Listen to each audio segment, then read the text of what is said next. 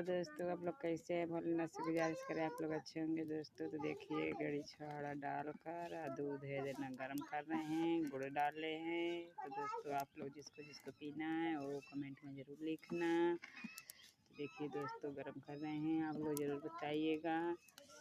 तो दोस्तों आप लोग जल्दी जल्दी आइए पीजिए, आप लोग ज़रूर बताइए। दोस्तों देखिए खाना बना रहे हैं और थोड़ा दूध गर्म कर रहे हैं। तो जिसको जिसको दोस्तों पीना है वो आप लोग ज़रूर आइएगा दूध पीने। कड़ी छुहाड़ा डाल कर गर्म कर रहे हैं। तो दोस्तों बहुत धुआं लग रही है, क्या करें, गैस नहीं भराए हैं, भराएंगे अगले महीने में। तो दोस्तों आप लोग ज़रूर कमेंट में बताना जिसको जिसको। अभी लेट आज गाय के दूहे हैं, सुबह नहीं दूहे थे। तो दोस्तों रात में बच्चा पिया दी थी, तो 4 किलो दूध अभी देती है। दोस्तों अभी खानगी कम दिए हैं, खिलाए विलाएंगे तो सही से दूध देगी। तो ज़रूर आना दोस्तों आप लोग।